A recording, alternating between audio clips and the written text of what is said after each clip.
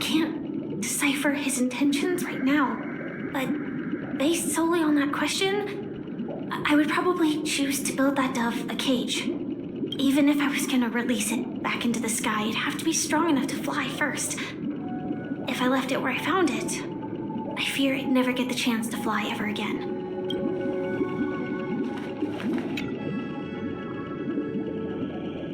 It looks like he really has no intention of imprisoning us. If it's just a quiz, I suppose it's fine to humor him. Back to the question. I would personally choose to build the little Charmony dove a cage. No special reason. I do think that a fledgling should have the right to fly into the sky. But if it can't even live to that point, then there's nothing to talk about to begin with.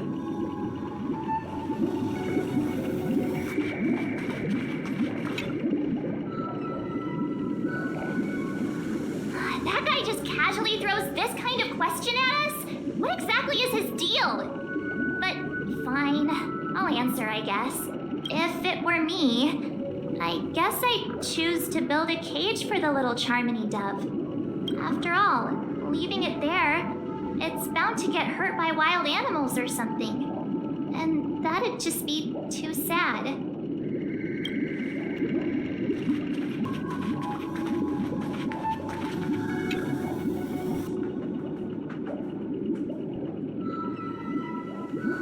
Interesting.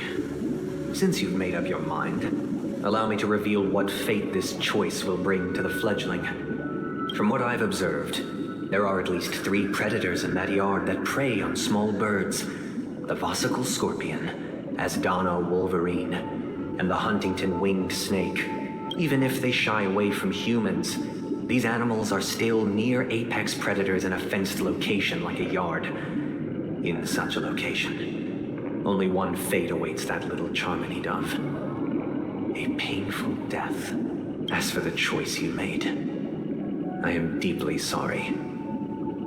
Now, let us advance to the second decision. This time, it's the story of a dream chaser. This story happened when I was appointed as Bronze Melodia, a position exclusive to the Oak family, charged with listening to the problems and vexations of dreamscape residents and providing them with the relevant guidance. It was during that period that I had the opportunity to hear voices from all corners of the dreamscape. Joy, sorrow, arrogance, regret. The complex tapestry of human nature that formed the world. And I was fortunate to catch a glimpse of it. He was a dream chaser and an illegal stowaway. Just like the rest of them, he came to Penacony in search of a better life, except that, to most people, the price he paid, I suppose you could say it was everything. He told me, I sold everything I could at home. The house, the land, even his 2 children. He said he could not afford to raise them, and that at least they could eat if they lived as slaves. He had a plan in place. He would buy back his children once he had made his fortune, and enjoy Penacony's beautiful dream with them. Alas, his plan to smuggle himself was somewhat clumsy, and he was sniffed out by those pig-headed hounds. After hearing the dream chaser's story, I immediately appealed to the Bloodhound family to cease their pursuit. That way, at least he could live peacefully. But I was still too naive to the ways of the world. I did not anticipate that what I thought was a kind gesture would later lead to dire consequences. I'll tell you the outcome soon. For now, I'd like you all to make a choice. Will you do as I did and try to convince the Bloodhound family to stop their pursuit so that the Dream Chaser may live peacefully and realize his wishes? Or will you remain silent, leaving him to languish while the hounds are hot on his heels until his inevitable judgment arrives? I look forward to everyone's decisions. Who knows? Perhaps they might even alter the outcome of this tragedy.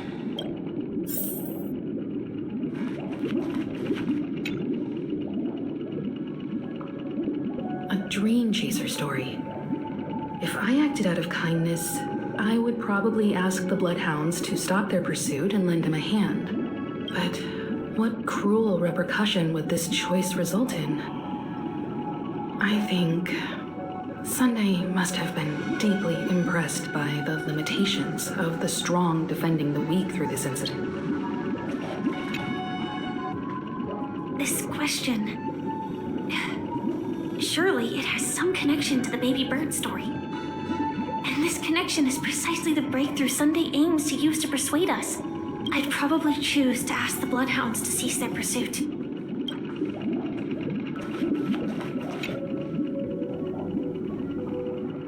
It seems illegal stowaways are really quite common on Penacony. But that guy in the story, I don't think he deserves any sympathy at all. He sold his kids to chase a dream. Even if he intended to go back for them, it's still insanely irresponsible. With that thought, there's only one choice. Let the Bloodhounds send him back home. This person deserves to be punished.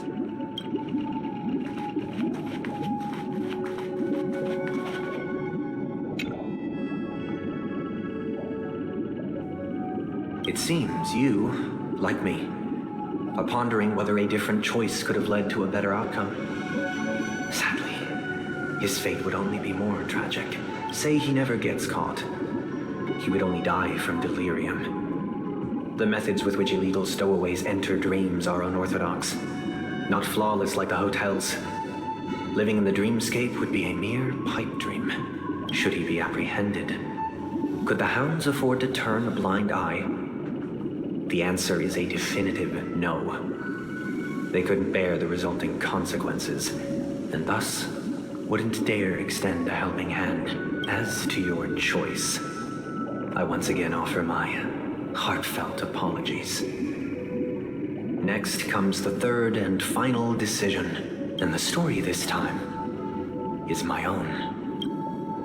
This story happened the day I was appointed the Oak family head. At that time, Mr. Gopherwood was the current Dream Master, and as per his wish, we had a private conversation. What surprised me was that the Dream Master had only come to deliver a letter to me. He let me read its contents, and it was a letter from my sister. The letter contained the usual pleasantries, anecdotes from her travels, nothing out of the ordinary. Just as I started wondering how this letter related to our discussion, the Dream Master began to speak. Do you know who wrote this letter? My sister, of course. But why would you personally visit me to hand me a letter from my sister containing mere trivialities? To help you grasp the full scope of this issue. Do you know where Robin is at this moment? From what the letter indicates, she must be in Caspelina 8, correct? She's touring there right now. Correct. Has she mentioned anything about a stray bullet? A stray bullet? What? A war has broken out on that planet. It is because of this very reason that Robin chose this destination. To spread the word of the Harmony. And to save the lives of that planet. She personally made for the front lines. She hoped to ease the people's suffering with song, and was willing to brave mortal danger to deliver the IPC's medical supplies. Unfortunately, stray bullets show no such compassion. Is she all right? If the operation was successful, she should probably be recovering in the field hospital. By the eon above, the bullet struck her neck directly, yet possibly as a reward for her consistent deeds of harmony, it didn't hit any vital arteries. Once you've attended to your outstanding tasks, it'd be advisable to write her back as soon as possible. Those damned savages! I'll pack my bags right away. My gratitude for bringing this to my attention, Mr. Gopherwood. Now you understand why she always wears such elaborate neck ornaments, don't you? How could this happen? Miss Robin. It's all in the past, so please don't worry. I share this in the meager hope that you will understand the harmony's limitations and predicament. As grandiose as the strong defending the weak sounds, many times, it is nothing more than wishful thinking. Likewise, I've prepared one last question, one last choice. But rest assured, this choice will not have any grave consequences, because this is merely a figment of imagination, a nightmare that has haunted me through countless nights. If you ever had the opportunity to make a choice like I did, would you still support Robin's journey on the path of harmony?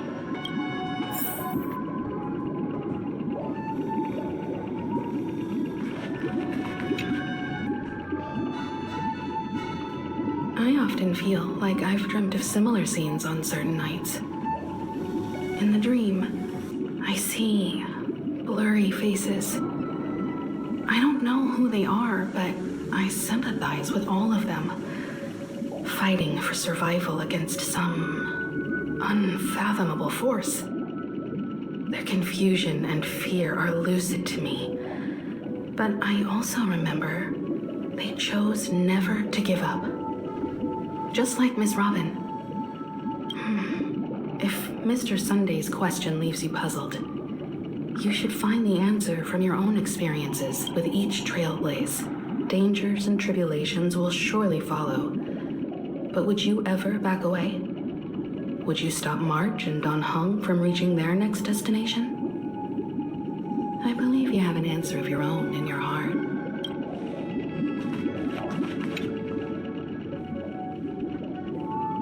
Miss Robin's courage is admirable. And here I was thinking she was just another superstar celebrity. But the fact that she's also Mr. Sunday's younger sister? No, I doubt he'd wish harm on his own flesh and blood, no matter how grand the ambition.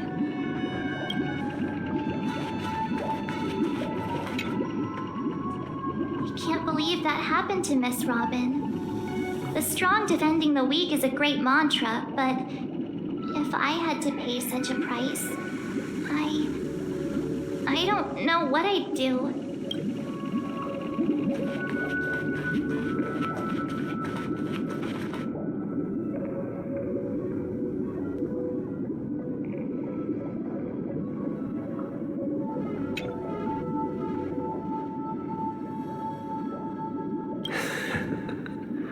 I see.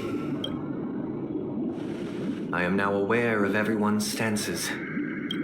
Raising these questions merely serves to illustrate one point. The plight of Penacony cannot be salvaged by the harmony. The true foundation for a sweet dream paradise can only be established through the order where the strong govern the weak. I know the suffering of being tormented, the turmoil of losing your way, how sorrow and even despair set in when matters don't work out. All of this causes me unending pain, because this is not what happiness is at all.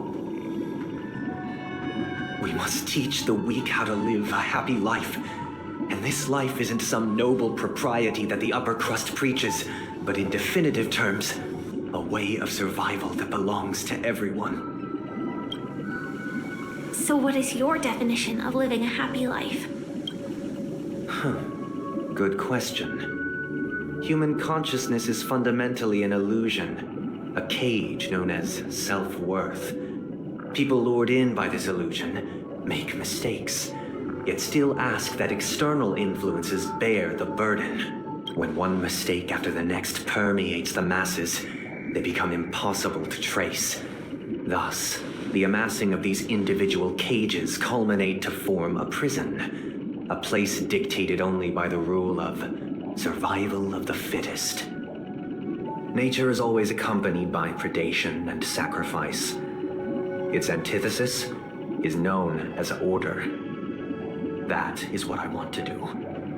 Unite people's happiness under the banner of order. They won't need to make bitter choices any longer, nor face the weaknesses of humanity. They can cast aside their primal instincts, to build a haven for mankind. Simply describing thoughts is far too abstract, so allow me to provide a simple example. As you all may know, there are societal norms like weekends and long weekends that exist on some worlds.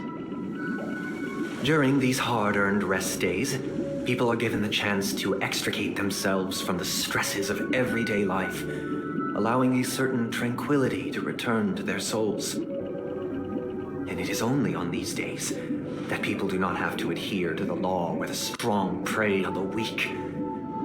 They can live out their lives happily during these brief intermissions. It's just a pity that 2 or 3 days are still too fleeting compared to the span of a lifetime. From where I stand, society's ideal system should be 7 rest days. Following Sunday, there should ensue a second, a third, and indeed an infinite procession of Sundays. This should be the face of the new world. Idyllic, eternal, peaceful days. And thus, every person can return to their base selves in this utopia. Some gaze in reverence at the stars, pouring their whole beings into calculating the distance between us and the isolated world of Pagana. Meanwhile, some seek refuge in quiet corners, holding one another, unencumbered by the chains of unwelcome obligations. There would be no need to bear the hardships of reality.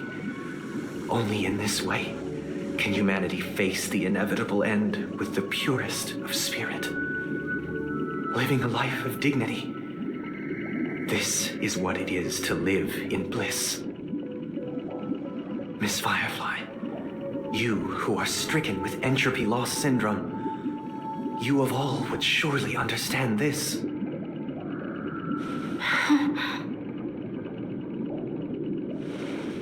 It sounds like a flawless theory.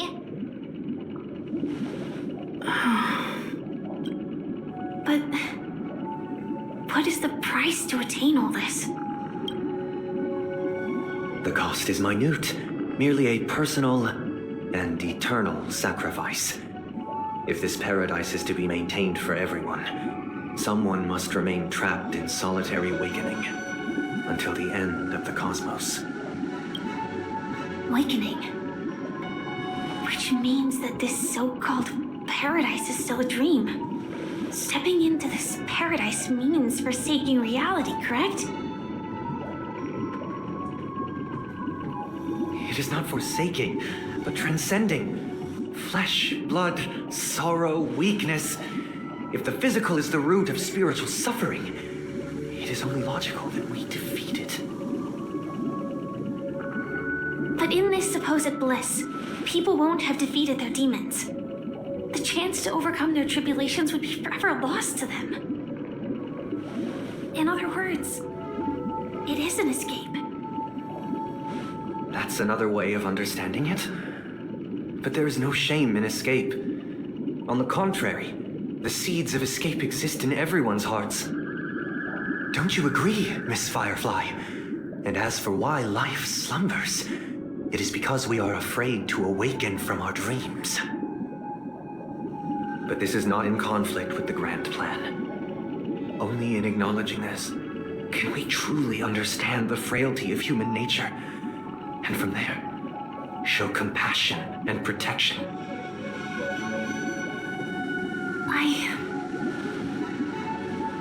I admit that you are a born leader. Your perspective on humanity brims with pessimism. Yet you express compassion for all, even when your heart pities them. But unlike you, I live for the self. From my perspective, individuals making choices for themselves is their birthright. The want to escape may be innate in the weak. But whether they are weak or not, it is not up to another to decide.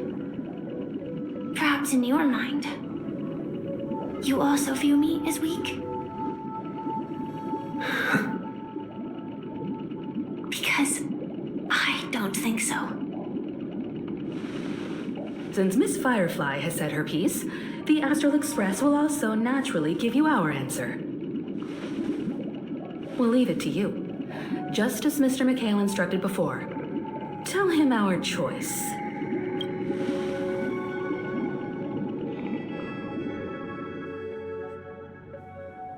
What is this place? Does this place ring any bells, Misha? I don't know, but I feel a sense of deja vu. What is this place?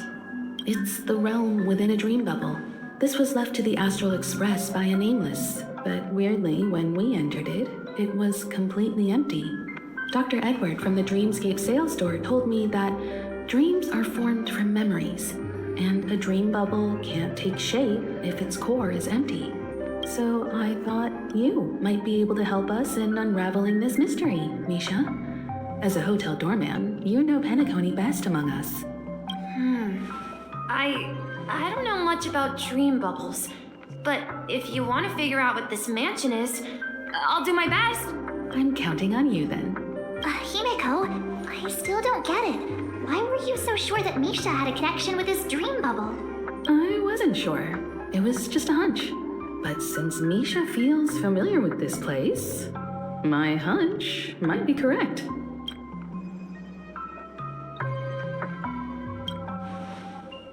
Exactly. This is where you and Firefly encountered death, which we now know as dormancy. Considering its connection to Dreamflux Reef, it's not surprising it appeared here. The question now is, who brought you here? Based on the clues we have so far, it's unlikely to be that masked fool. So identifying them is crucial to us. We're drawing closer to the truth once more. Let's give Misha some time, as I believe he'll unveil the secret of this dream bubble. All right, but there are doors all over the place. Which one should we choose? Do you have any idea, Misha? I guess... maybe this way?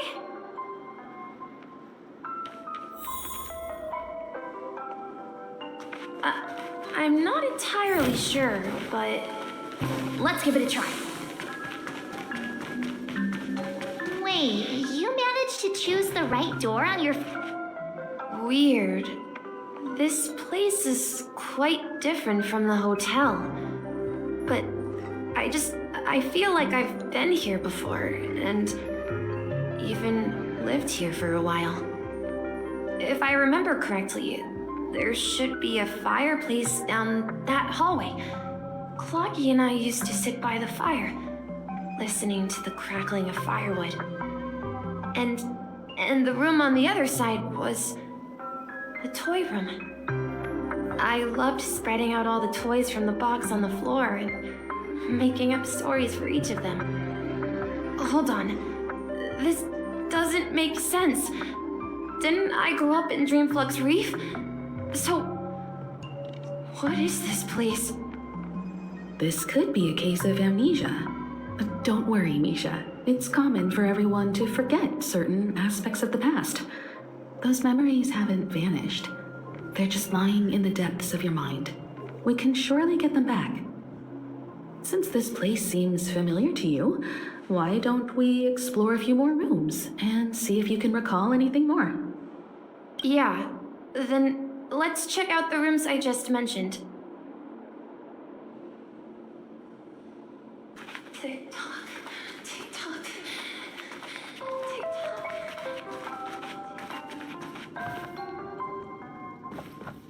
Mikhail, that's the name. Now we all know him as the Watchmaker. So, who is he talking to? Do you know anything about it, Misha? I'm sorry, I don't know much about the Watchmaker. But, Mikhail... Anything special about that name? Mikhail is Grandpa's name. Grandpa? Do you mean you're the Watchmaker's grandson?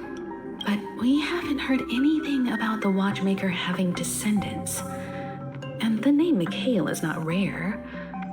Perhaps it's merely a coincidence. Could you tell us more about your grandpa, Mikhail? Yeah, sure. He was a seafarer who fearlessly ventured into mysterious seas and storms. He was always on the sea and had lots of friends who accompanied him on his travels. He didn't want me to call him Grandpa because that would make him sound old. He believed he was still young. The name Mikhail was given to him by his parents, Mihaly and Elise, both renowned seafarers. Every time he came back, he'd share his logbook with me and tell me about his adventures at sea. I want to become a great adventurer, just like him. It appears that the seafarer has nothing to do with the watchmaker. So, perhaps it's just a coincidence? So, where is your grandpa now? He went off on a new journey, and it's been quite a while since I last saw him. So, where has Clocky gone? Did he leave to protect Dreamville?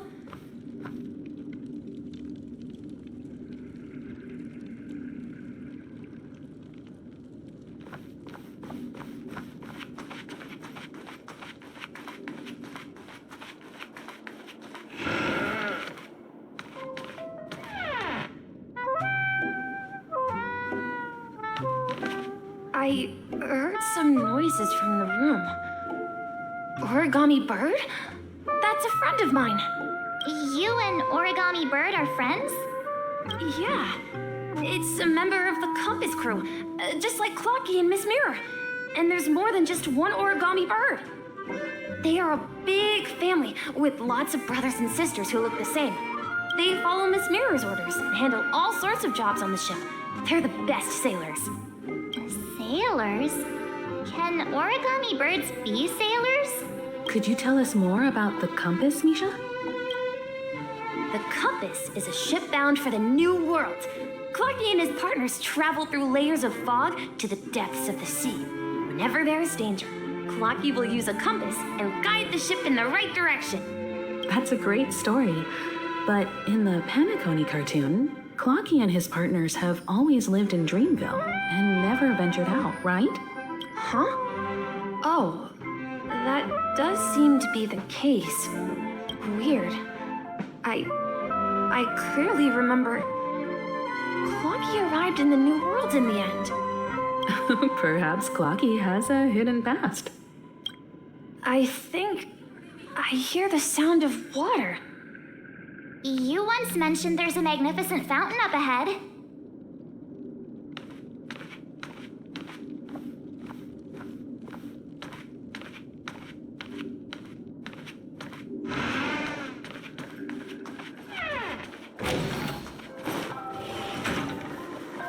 Look, there it is! The water resembles a precious jewel, embedded in the dreams of all seafarers. Every time I gaze at the shimmering lights beneath the waves, it feels as though I'm back in this place, standing by your side. Have you recalled anything, Misha? Yeah, I saw these sentences in Grandpa's logbook. He used to say that despite the perils of the sea, whenever he stood on the deck in the afternoon, overlooking the sparkling waves, he would think of this fountain in front of his house.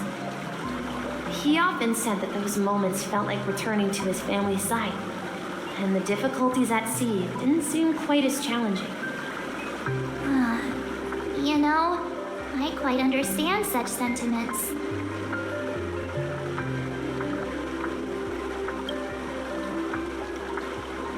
Hey, don't tease! I was just being a bit sentimental. Perhaps every adventurer far from home carries a fountain within their soul. Even though the other side of the sea remains shrouded in the unknown, the fountain in front of his house serves as a compass, leading him back to his cherished ones. Yeah, while Grandpa was at home, we would stand by the fountain and place the compass, a toy boat that I made, into the pool. Back then, I would ask him when I could go on adventures like him, and he would always laugh and say I was still too young. It seems this Mikhail is truly a seafarer and has nothing to do with the watchmaker. Yeah, based on Misha's recollections, The scenes in the dream bubble appear to be his childhood memories. But this raises more questions. According to Misha, he was clearly born on an oceanic planet and led an ordinary life, with no connection to Penacony at all. Could this be some sort of metaphor? Perhaps the sea refers to the memory zone. I'm sorry. I don't know, but my memories keep pouring out uncontrollably, like water flowing from a fountain. Perhaps I'll remember more things if we go further.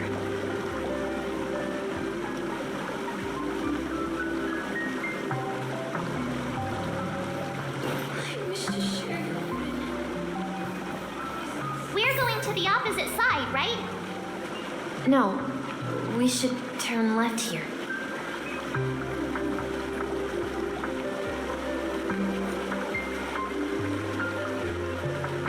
Huh? Something feels different about this place. This is it. I remember this corridor. Up ahead is Grandpa's study. It was in that room when I saw him the last time.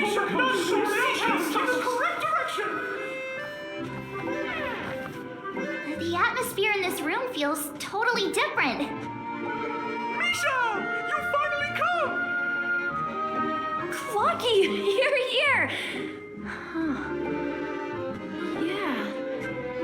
This is the room where we first met each other.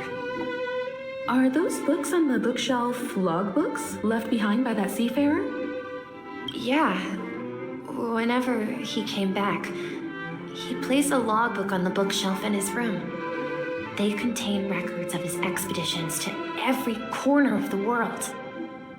He described our world as a fountain. At some point, the sea started to gradually swallow up the land where people lived.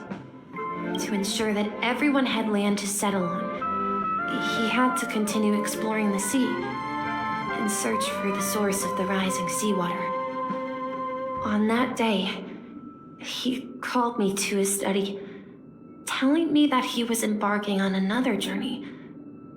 However, I could sense the gravity in his expression. It was the same look I had seen on my father's face before his final voyage. I asked him if I could go with him, but he said that my adventure lay elsewhere and told me to stay home and patiently await a certain sound at the door. What sound? He told me about a vast ocean in the sky, an ocean of stars. He spoke of a train that transports children with a desire to venture far away, traversing the sea of stars without ever stopping. He said that he knew the crew on the train, and that he had asked them to take me along. He said the journey I had always dreamed of would start there. A train? Could it be? It's the Astral Express. I remember now. Grandpa's friends are a group of nameless who came to this world to resolve a disaster caused by a star. Then, he gave his pocket watch to me. It was his cherished treasure, appearing in every one of his adventure tales. He explained that difficult times were ahead, but assured me that the watch would guide me. He said, as long as I kept moving forward, I'd eventually reach my desired destination. And then, it was as if I heard the distant sound of a train whistle echoing throughout the room. Exactly, Misha! And then we followed that whistle, didn't we? Yeah. I think I can still find the way we took back then.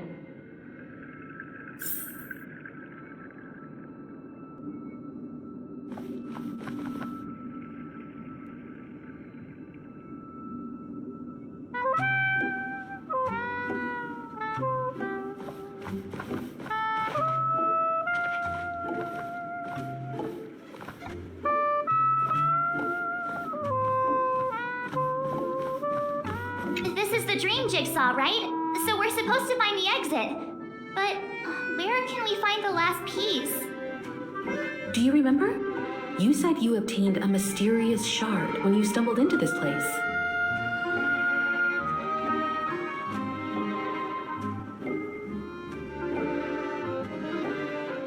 Hey, the shape seems to match. So this shard is also connected to Misha?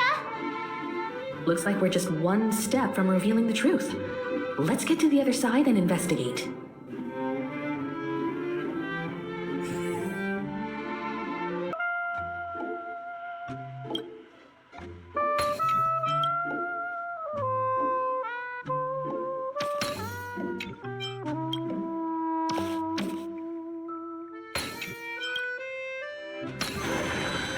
No match for me.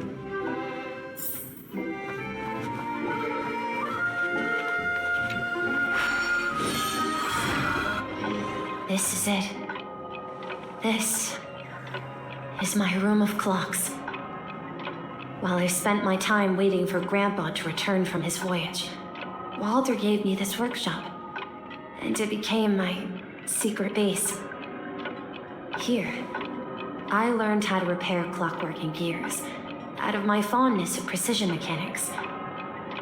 In my dreams, I was the captain of the compass, embarking on adventures with my companions, Clocky and Miss Mirror, in search of the new world. I was born and raised here. So, this building in the dream bubble is your childhood home? Yes, but not exactly.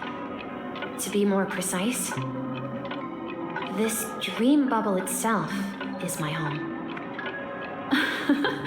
Looks like you've remembered everything now. Wait. Why does it feel like everyone else knows something I don't?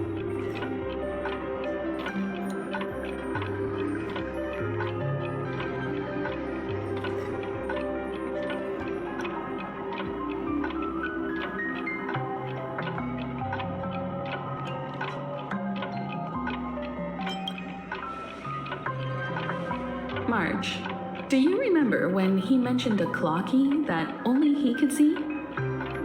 Yeah, the little guy here, right? But we all saw him in Dreamflux Reef, right? And Mr. Yang even greeted him. Looks like everyone on the Astral Express has a childlike spirit. The answer lies in the Astral Express. His experience shows that neither Firefly nor Acheron can see this clocky. And when we were in Dreamflux Reef, you may have noticed that for some reason, nobody outside of the crew had ever talked with Clocky.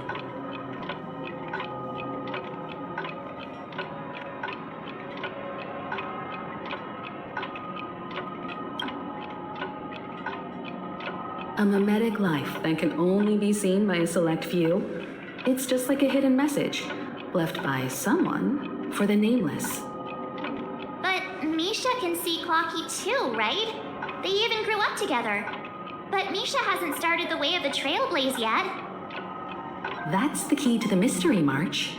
Now, take a moment to recall.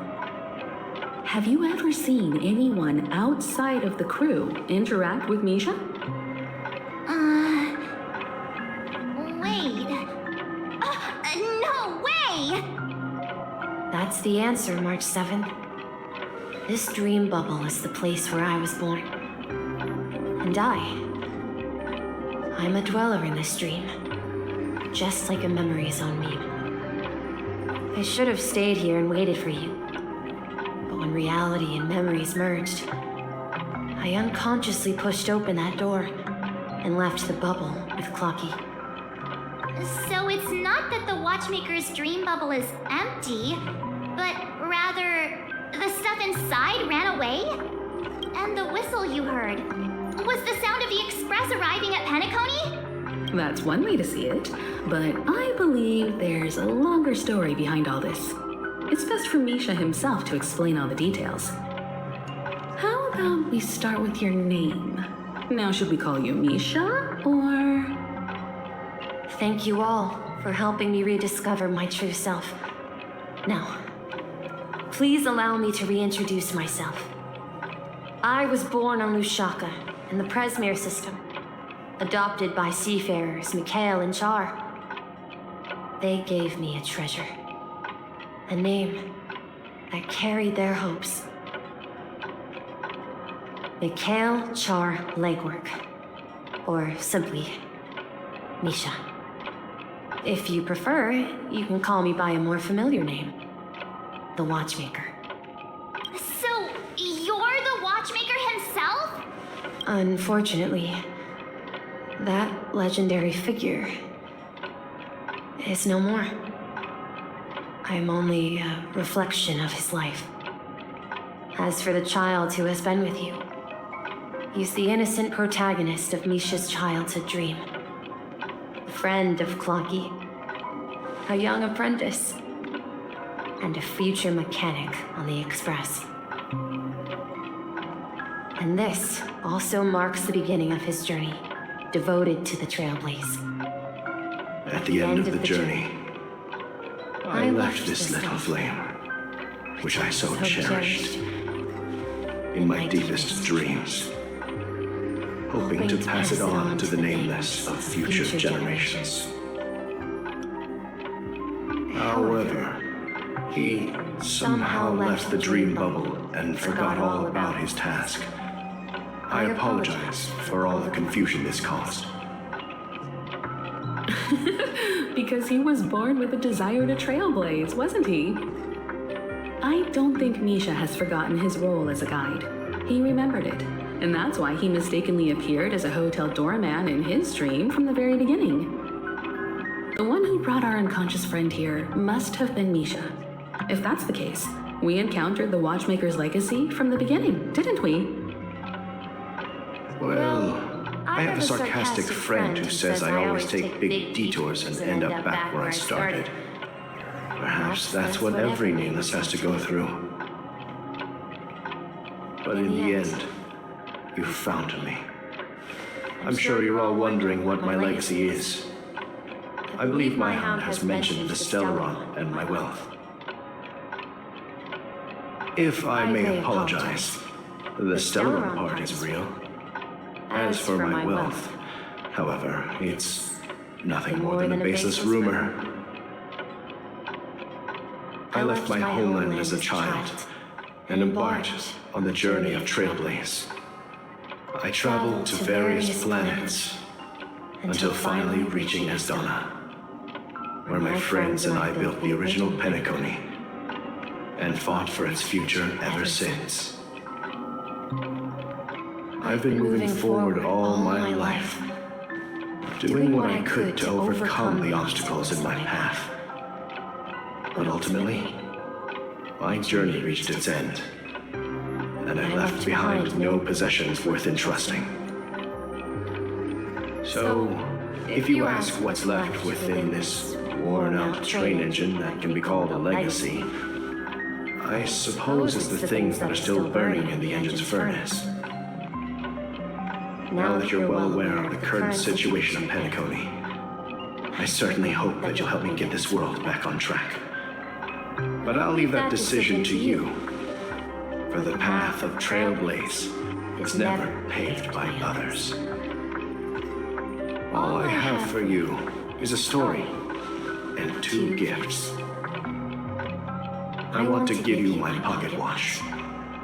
It has accompanied me throughout my long journey, guiding that naive child forward, and has been blessed with the presence of so many great people up to this day. And my hat, too. The one who navigated for me placed it on my head and planted a fanciful thought in my mind. The trailblazing expedition will never end. Now, it's time for you to make your choice. Once you've made up your mind, open that door and enter the long dream of an old man. I'll be waiting for you at the end of this corridor of time. All right, everyone, let's make a decision. Although I don't think anyone will have any objections.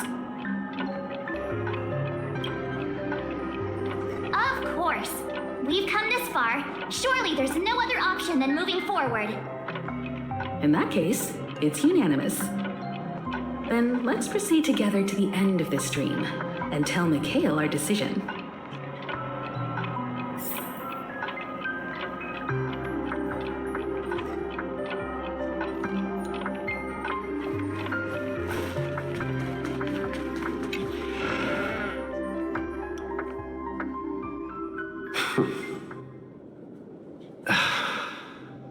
Mikhail, where are you going?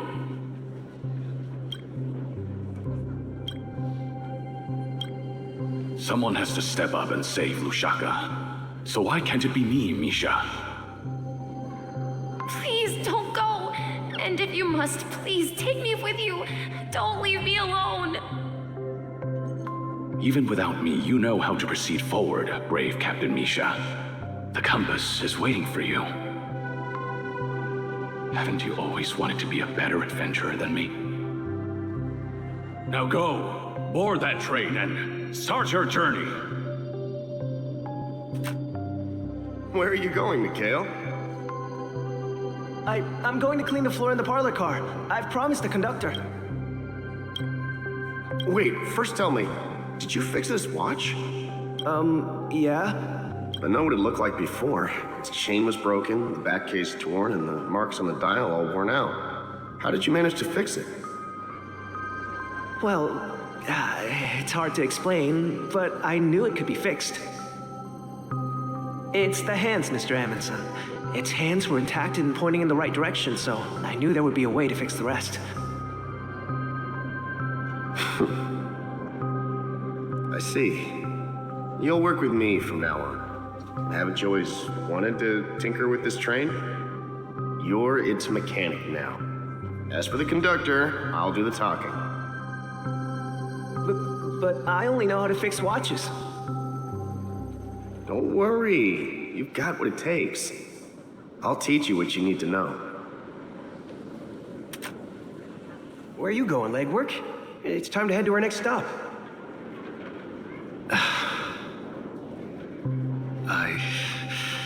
I'm staying in Astana with Rosalina and Tiernan. I see. This place reminds you of home. The people of Astana have only achieved a tiny victory and still have a long way to go towards true freedom. Hanunu needs us. Don't worry, not all journeys lead to the stars. Even if I leave the Express, our path of Trailblazer will continue. Yeah. I knew you wouldn't stay on the Express forever. Leave in peace, my friend. And, take this with you. This is Mr. Amundsen's hat. But why? When he departed, he said he would leave it to his best student. Well, I suppose the time has come. Farewell, legwork. Take care of Tiernan and Rosalina. And don't forget to write to us. Where are you going, Watchmaker? Don't worry, Micah. Just going on a little trip. Someone has to be at the forefront of the interstellar frontier, and I'm the only former nameless in Penacony. So why can't it be me? Because you're all we have. Have you forgotten about Tiernan? The cosmos is way more dangerous now. What will happen to Penacony if we lose you too? But what will happen to Penacony if we don't find a way out? Tiernan. How could I ever forget him? I've spent countless sleepless nights asking myself why I didn't go with him back then. We Nameless won't stop. Don't worry, Micah. It's just a matter of getting back to my old profession. Just wait for me to come back. But if, and it's a big if I don't come back in one piece, then you'll become the next Watchmaker. Where are you going, old man? Oh, you're here. Answer my question. What are you up to? Relax, Gallagher. I just came up with a great idea. Want to hear it? Oh, come on. Aren't all your ideas just ways to get yourself killed? I may be blunt here, but you're the last remaining hero in Penacony.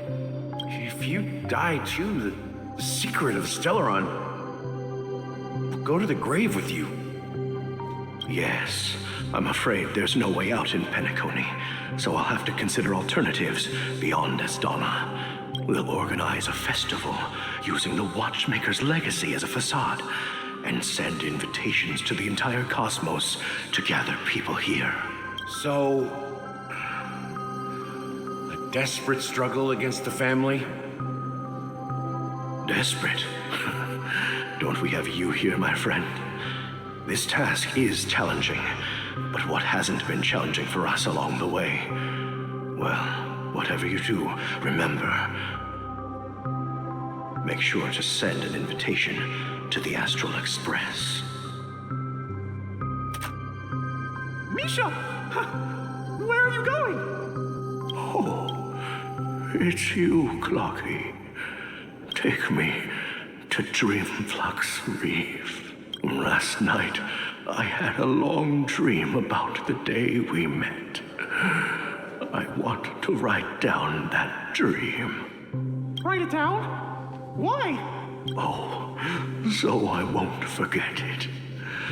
Do you remember how you got your name, Clocky? Of course! You told me that when you were a kid, you lived in a room full of clocks. Those wall clocks and pocket watches grew up with you and were your best friends. Yes, but what I didn't mention was there's a funny misunderstanding behind it. I was a kid, and there was always a special pocket watch in my memories. It was with my grandpa, guiding him on his sea voyages and leading the way in his every adventure story. I wanted to have a pocket watch like that too, and that's when you appeared in my dreams. Yeah. Every night, we boarded the compass and set sail together. But you know what? It wasn't until the day my grandpa gave it to me that I realized it wasn't a pocket watch at all. It was a compass. So, your name should have been Compassy. And the Watchmaker is just a nameless. We've arrived at Dreamflux Reef. So, where to next? You know, Clocky, I don't think I'll be going anywhere else.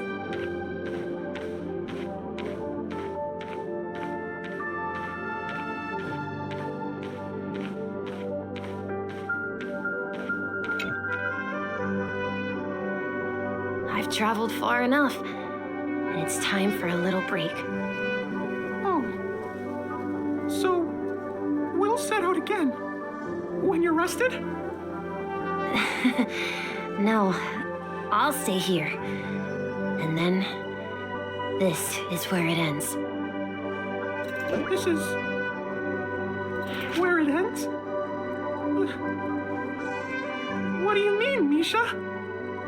You told me that the trailblazing expedition would never end. Yeah, that's what I said. So now, it's up to you to decide your next destination. My next destination? What's that supposed to be? I've been following you. Misha?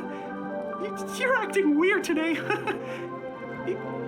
If you're feeling down, we can just do what we usually do. With the clockwork. No, I'm not feeling down. As for clockwork, yeah, it resolves all problems in this dream. So, do you know what clockwork actually is? I'm not quite sure. Well, everyone gets lost at times. They may hesitate and doubt which way to go. That happens in this dreamscape and beyond. But don't worry. Everyone goes through moments of uncertainty and hesitation. Eventually, they gather the courage to make bold decisions.